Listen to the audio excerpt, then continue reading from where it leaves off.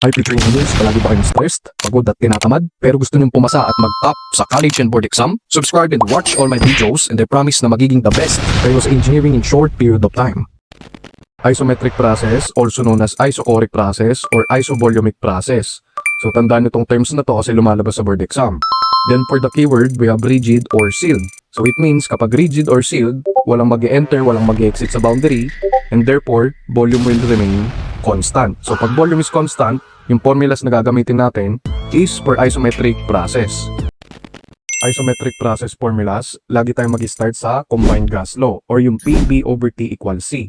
And since volume is constant pag sa isometric, so matitira P over T equals C.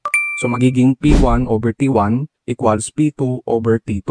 So pwede rin natin pagsamahin si pressure and temperature. So magiging T2 over T1 equivalent to P2 over P1. Then for change in internal energy, we have mCv T sub 2 minus T sub 1. For the change in enthalpy, we have mCp T sub 2 minus T sub 1. So parang similar sila, pero ang pinagkaiba sa change in internal energy, we have Cv or constant volume specific heat. Pagdating sa enthalpy, we have Cp or yung constant pressure specific heat. So change in entropy, we have mCv ln of T sub 2 over T sub 1. Or pwede ring mCv ln of T sub 2 over T sub 1. So pwede siyang magpalit kasi nga sabi natin kanina, T sub 2 over T sub 1 is equivalent to P sub 2 over P sub 1. So tandaan nyo tong entropy, Cv siya, okay? Kasi nga yung process natin isometric. Then for non-flow work, we have 0. Kasi nga walang nag-enter, walang nag-exit sa boundary, okay? Then for steady flow work, we have B times P sub 1 minus P sub 2. For the heat or Q, equivalent yan sa mCb T sub 2 minus T sub 1. So pare sila ng formula ng change in internal energy. Sa mga thermodynamic processes, lagi tayong may PB and TS diagram. Sa PB diagram, meron tayong number 1 or initial state. Then number 2 as definite state. So as we can see, vertical lang yung diagram. Ibig sabihin yan, yung volume mo is hindi nagbabago or constant. Pressure lang yung nagbabago dito. Then for the TS diagram, we have an upward curve. So ibig sabihin yan, pag tumaas si either entropy or temperature, yung isa din tataas. For example, entropy mo tumaas, yung temperature din tataas. Or pag tumaas si temperature, tataas din si entropy.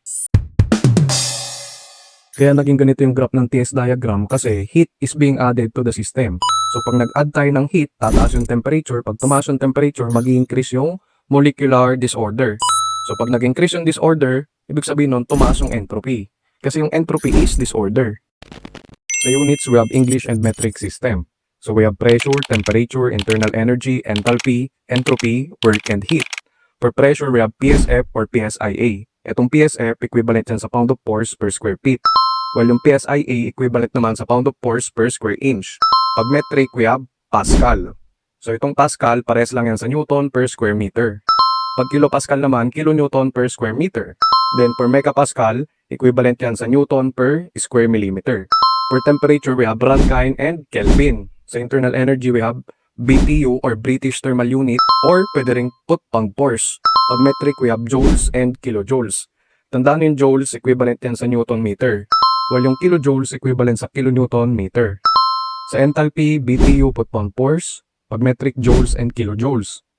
Pag entropy naman, we have BTU per Rankine. Under metric, meron siyang joules per Kelvin.